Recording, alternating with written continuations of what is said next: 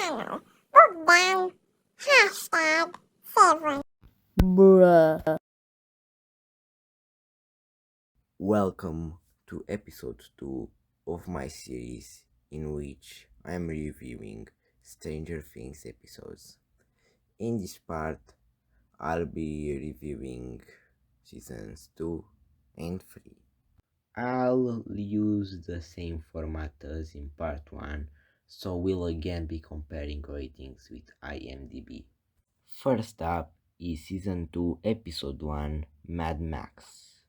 The beginning is very out of place, as it's just too early to include 8 in this season, but the addition of a new character in Maxim is something important that could and would prove a great anchor for Vecna.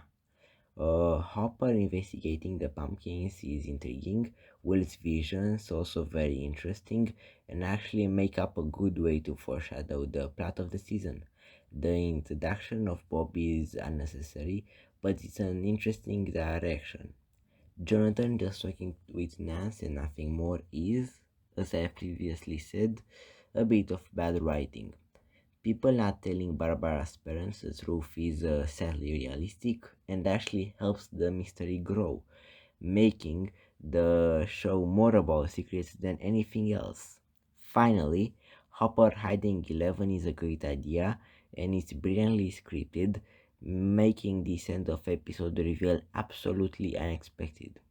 For that, I'm going to give the episode an 8.3 rating, which is higher for the first time so far than its IMDb rating of 8.1. Chapter 2, Trick or Treat Freak, has another brilliant beginning with Elle's flashbacks. Man, do these people know how to write a good ending at beginning of an episode. Eleven's conversation with Hopper really helps paint their father-daughter dynamic. The boys mistakenly dressing up as the Ghostbusters makes for a good reminiscence of the 80s and an interesting, actually well-written and realistic school-related issue. Again, Will's visions correlate with the discoveries in the Upside Down that the researchers made, again connecting storylines incredibly well compared to the first season. Joyce and Hopper's conversation is a nice way to see how they are connected to one another. Steve and Nancy debating Barb's parents' situation is a bit unnecessary and really not put in the right place, but it has some well written dialogue. Maxie's conversation with the boys and Nelly's approval of her brother's actions characterizes her character and makes her stick out of the ordinary people, at least in this show. Then Elle's flashbacks are once again well shot and put just at the right time in the episode. Hopper's problems with the crops and then with Elle are pretty realistic, I must say. And the party stuff with Nancy getting drunk and telling Steve she doesn't love him, and then Jonathan taking her home is again something done just to prolong the tension and possibly impossible relationship between these two. Bob and Joyce's intimate moments are fine, and the trick or treat drama with Will is nicely shown, and Max appearing is just a bit obvious. And as I said with Steve the season before, they could have just written out the character instead of complicating things. Finally, the ending with something strange in Dustin's trash can make a good cliffhanger. The episode will get a 8.1 rating from me, only 0.1 of its IMDb rating, as the season gets off to an incredible start. Episode 3, The Polywog, introduces us to Dart, whose presence I believe is crucial to understanding the season's plot. Elle and Hopper arguing and then Elle going out alongside her flashbacks are probably the best scenes in this chapter or episode. Really well organized. Nancy not telling Steve she lost him yet again, this time sober, and talking to Jonathan instead is another evolution in this freeze love triangle. The contamination coming from the lab is a good development in the Rotten Pumpkins drama, and Dart escaping the boys and Will's visions adds tension and helps develop the episode. And Elle, with her powers pushing Max off her skateboard, when she saw her with Mike is a funny scene, in my opinion.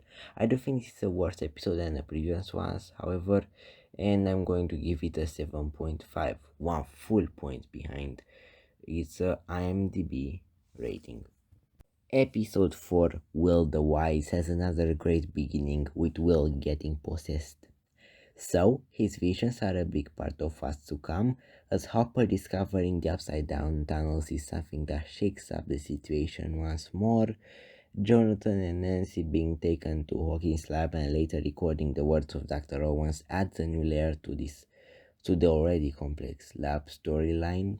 Will's drawings, though, I think are overly exaggerated. The boy is not telling Max about the situation is a realistic reaction. Elle finding out about her mom is a great plot twist, but it could have just been executed a bit better and not that early into the show. And so, from its 8.5 IMDb rating, we are just going to get rid of 0.7 points as I'm going to give the episode a rating of 7.8.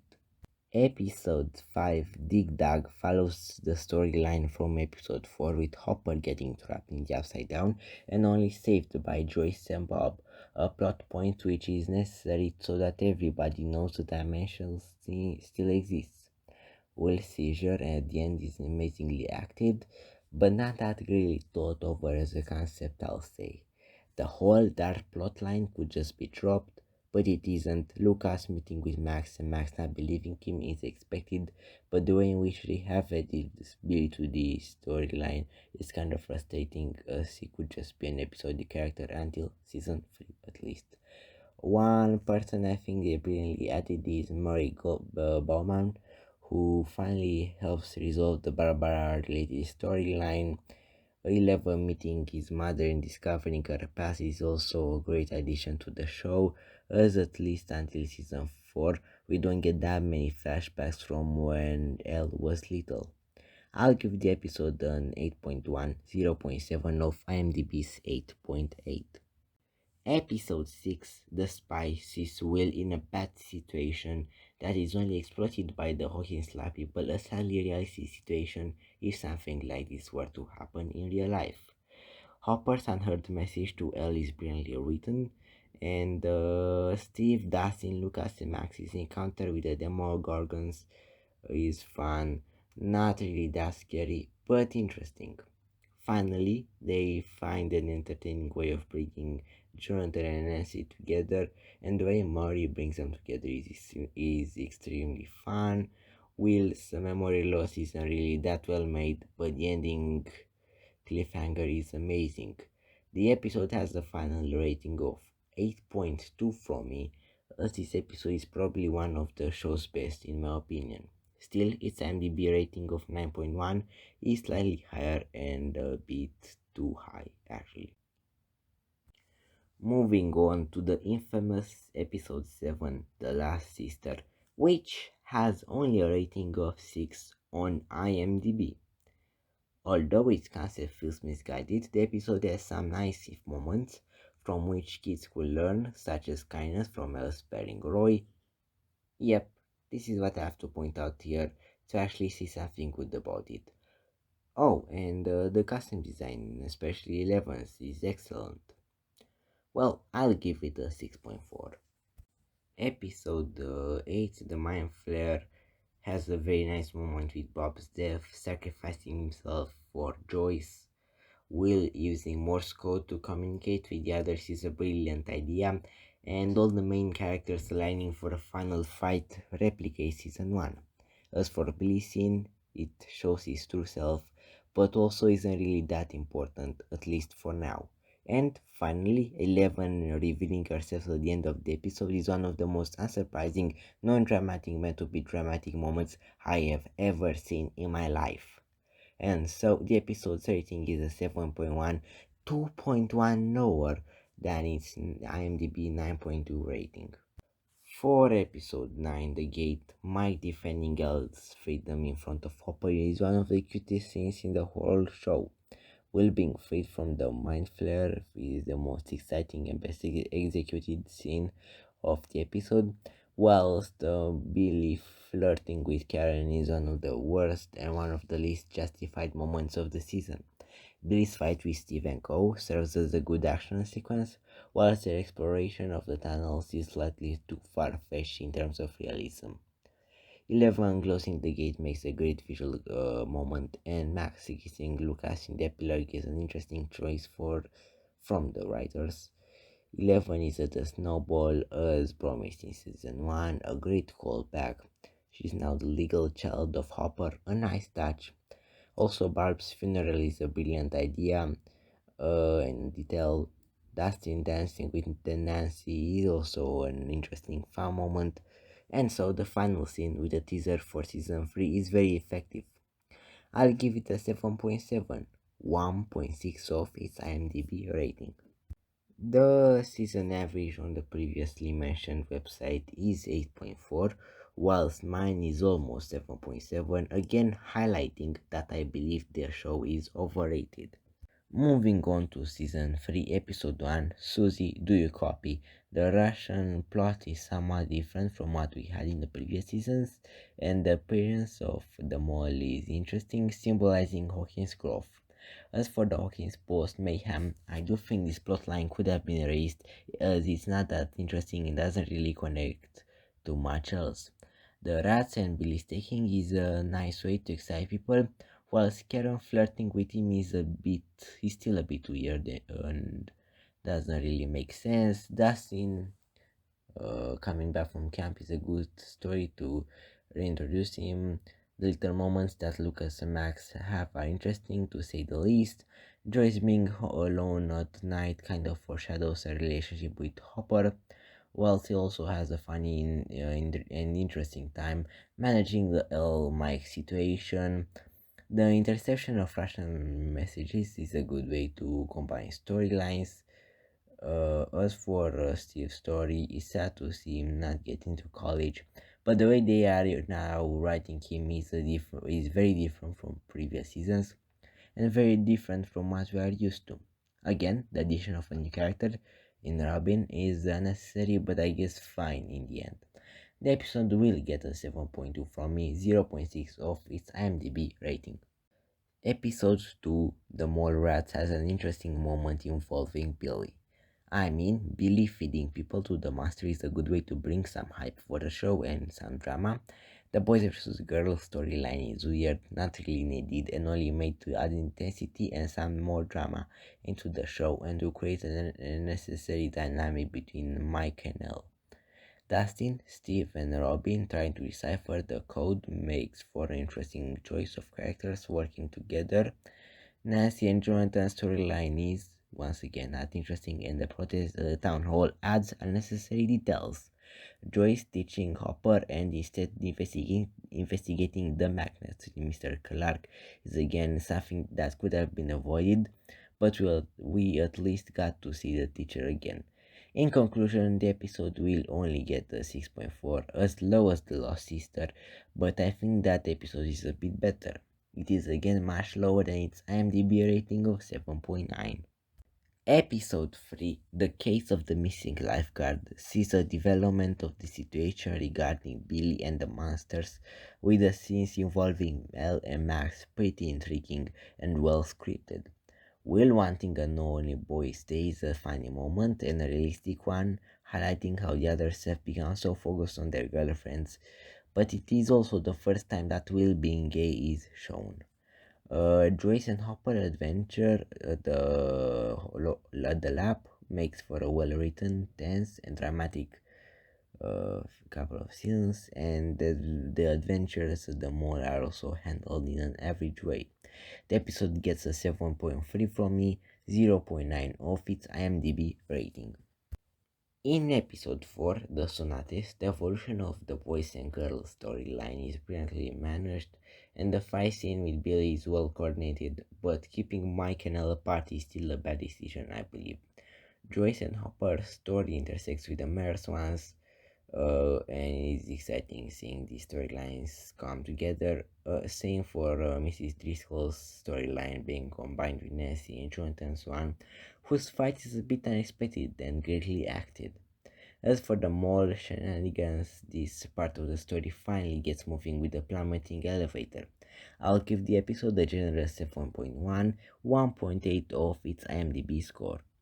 Episode 5, The Flayed, sees a major rise in action as it includes that wonderful sequence where Joyce and Hopper battle the Russians and take Alexei, and one mildly scary and terrifying sequence at the end with some brilliant fighting on display from Jonathan and Nancy.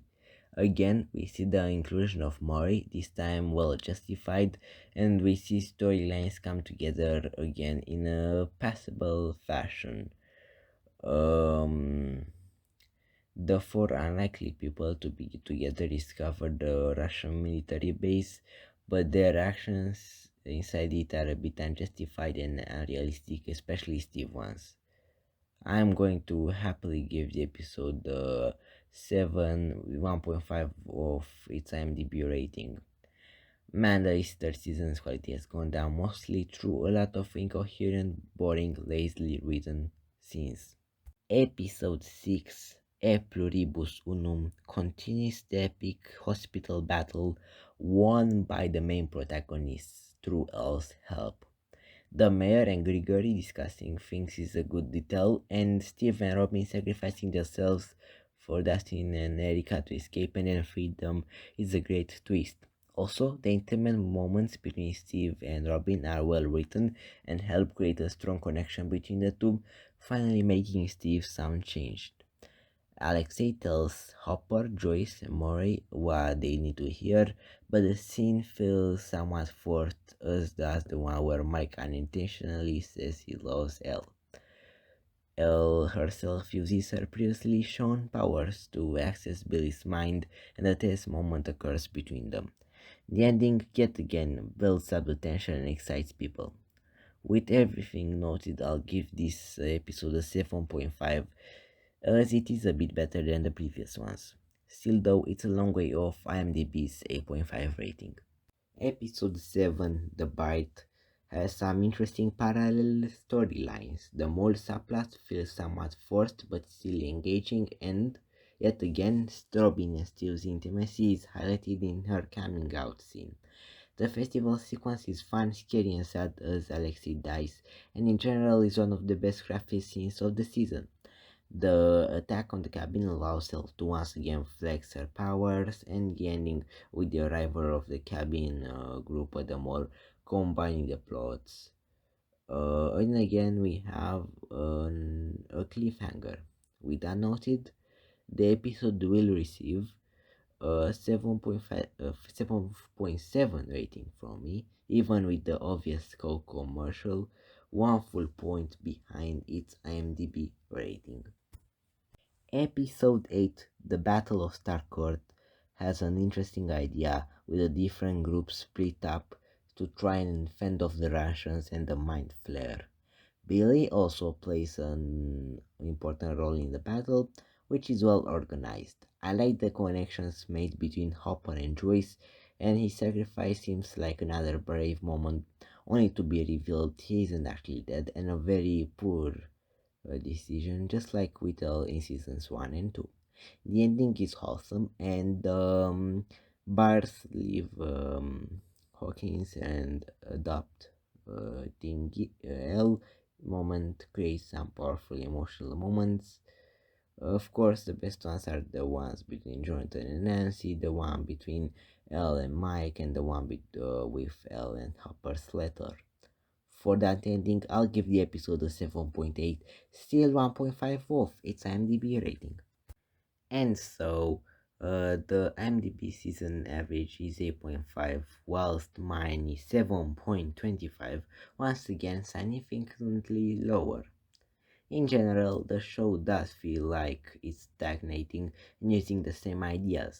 This obviously makes it less enjoyable. Seasons 4 and 5 will be reviewed in part 3, dropping tomorrow. Until then, like, subscribe, and goodbye.